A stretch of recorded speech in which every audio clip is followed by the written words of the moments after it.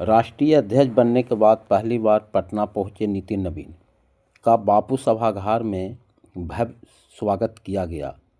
अभिनंदन समारोह में उन्होंने प्रधानमंत्री नरेंद्र मोदी और बिहार की जनता का आभार जताते हुए 2047 तक भारत को विकसित राष्ट्र बनाने के संकल्प को दोहराया और विपक्ष पर निशाना साधा। लोकसभा में विपक्ष के नेता और कांग्रेस सांसद राहुल गांधी ने कहा कि हाल में संसद में जो घटनाएं हुई वे पूरी तरह असंवैधानिक और पक्षपातपूर्ण थी। उन्होंने बताया कि विवाद तब शुरू हुआ जब उन्होंने नरवणे की किताब का मुद्दा उठाया। सरकार चाहती तो वह इस पर चर्चा न करे। परीक्षा में चर्चा 2026 के दूसरे एपिसोड में पीएम नरेंद्र मोदी ने छात्रों से संवाद किया। गुजरात के 2 छात्रों से उनकी खास मुलाकात चर्चा में रही। इन दोनों भाइयों का नाम सुनते ही पीएम का चेहरा खिल उठा। उन्होंने छात्र जय को गले लगा लिया। तिरुपति लड्डू को लेकर विवाद जारी है। इसी बीच आंध्र प्रदेश साधु परिषद के अध्यक्ष श्री निवासानंद सरस्वती ने सोमवार को आरोप लगाया कि तिरुपति के लड्डू पर सीबीआई की रिपोर्ट में घी में मिलावट की पुष्टि हुई है। उन्होंने दावा किया 20 करोड़ रुपये के लड्डू में मिलावट की गई थी। पश्चिम बंगाल के नदिया में टीएमसी विधायक विमलेंदु सिन्हा राय पर छात्रों से मारपीट का आरोप लगा है। रास्ता न देने पर हुए विवाद के बाद लोगों ने विधायक के घर का घेराव किया।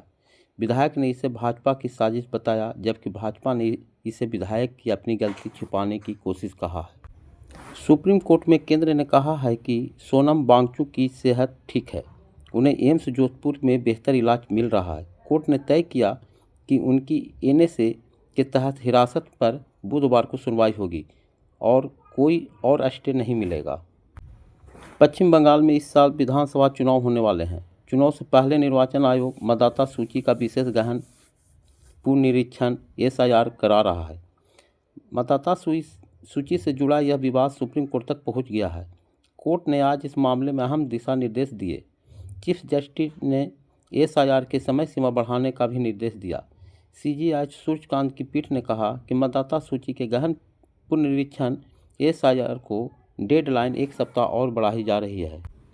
सांसद तिरुचि ने वाणिज्य मंत्री पीयूष गोयल के खिलाफ विशेषाधिकार हनन का नोटिस किया है। उनका आरोप है कि मंत्री ने संसद सत्र के दौरान सदन के बाहर व्यापार समझौते की जानकारी दी। विपक्ष ने इस पर हंगामा किया, जबकि चेयरमैन ने मामले की जांच करने का भरोसा दिया है। महाराष्ट्र में आज जिला परिषद और पंचायत समिति चुनाव के नतीजे घोषित हो रहे हैं। नगर निगम चुनाव की तरह यहां भी भाजपा का दबदबा दिखाई दे रहा है। भाजपा के साथ उसकी सहयोगी पार्टियां शिवसेना और एनसीपी का प्रदर्शन भी शानदार रहा है। लोकसभा की कार्यवाही सोमवार को हंगामे के बीच 2 बार स्थगित होने के बाद सोमवार 2 बजे दोबारा शुरू हुई, लेकिन विपक्षी सांसदों द्वारा भारत अमेरिका अंतरिम व्यापार ढांचे पर चर्चा की मांग जारी रखने के चलते सदन को फिर पूरे दिन के लिए स्थगित कर दिया गया। इसी बीच लोकसभा में विपक्ष के नेता राहुल गांधी ने आरोप लगाया कि उन्हें व्यक्तिगत रूप से यह आश्वासन दिया गया था कि बजट पर चर्चा होने से पहले उन्हें कुछ बिंदु रखने की अनुमति दी जाएगी, लेकिन अब लोकसभा अध्यक्ष अपने वादे से पीछे हट रहे हैं। संसद में बरकरार गतिरोध के बीच बीते सप्ताह लोकसभा स्पीकर ओम बिरला ने हंगामा, नारेबाजी और बेल में घुसकर प्रदर्शन करने वाले सांसदों के आचरण पर तल्ख टिप्पणी की थी। महिला सांसदों के बर्ताव पर बिफरे ओम बिरला ने नाराजगी प्रकट की थी। अब इस मामले में विपक्षी दलों की महिला सांसदों ने स्पीकर को पत्र लिखा है।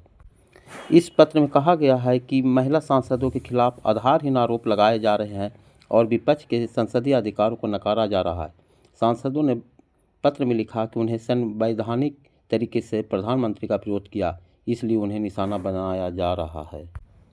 कांग्रेस पार्टी भारत अमेरिका व्यापार समझौते पर सवाल उठा रही है, खासकर रूस से तेल खरीद के मुद्दे पर स्पष्टता न होने का आरोप लगा रही है। कांग्रेस नेता जयराम रमेश ने आरोप लगाया है कि भारत अमेरिका व्यापार समझौते पर सरकार के नज़रिए में खामियां हैं। महाराष्ट्र कांग्रेस ने आरएसएस प्रमुख मोहन भागवत के अदनान सामी के साथ खाना खाने पर आपत्ति जताई है। कांग्रेस ने इसे देश विरोधी बताते हुए कहा कि सामी के पिता ने 1965 युद्ध में भारत पर हमला किया था। वही अदनान सामी ने भागवत की तारीफ करते हुए उन्हें एक बेहतरीन इंसान बताया है। विकसित भारत 2047 के लिए भारत सरकार जी राम जी लेकर आई है, जो मनरेगा का स्थान लेगा। यह प्रति ग्रामीण परिवार रोजगार गारंटी बढ़ाकर 125 दिन कर देगा। मतलब ग्रामीण परिवारों की आय बढ़ेगी। लेकिन क्या आपको अंदाज़ा है कि फिलहाल मनरेगा में कैसे किसकी आय बढ़ रही है? अगर नहीं तो बिल्कुल अंतिम छोर की पड़ताल करती ऐसी रिपोर्ट जिसमें मनरेगा के तहत हो रहे काम और इसमें काम करने वालों की पड़ताल है। घोर आश्चर्य की भ्रष्टाचार के खिलाफ जीरो टॉलरेंस के दावे करने वाली सरकार के सिस्टम में यह सब इतनी आसानी से हो रहा है। इजरायली सेना ने दक्षिणी लेबनान से हमास के सहयोगी और सुन्नी नेता को गिरफ्तार किया है। वही एक इजरायली ड्रोन हमले में बच्चे सहित 3 लोगों की मौत हो गई है। यह कार्रवाई इजरायल और हिजबुल्लाह के बीच जारी तनाव का हिस्सा है, जिसमें अब तक हजारों लोग अपनी जान गंवा चुके हैं। ईरान के विदेश मंत्री अब्बास अराघची ने एक बयान में कहा है कि सेना की तैनाती ईरान को डरा नहीं सकती। साथ ही उन्होंने अमेरिका की बातचीत की मंशा पर सवाल उठाए और कहा कि उन्हें अमेरिका पर बेहद कम भरोसा है। भारत के राष्ट्रीय सुरक्षा सलाहकार कनाडा दौरे पर हैं, जहां उन्होंने कनाडा के एनएसए से मुलाकात की। इस मुलाकात में दोनों देशों के बीच विश्वास बहाली और संबंध बेहतर करने के लिए कई कदमों पर सहमति बनी। दोनों देशों के संबंधों में मजबूत करने की दिशा में इस दौर की काफ़ी अहमियत है।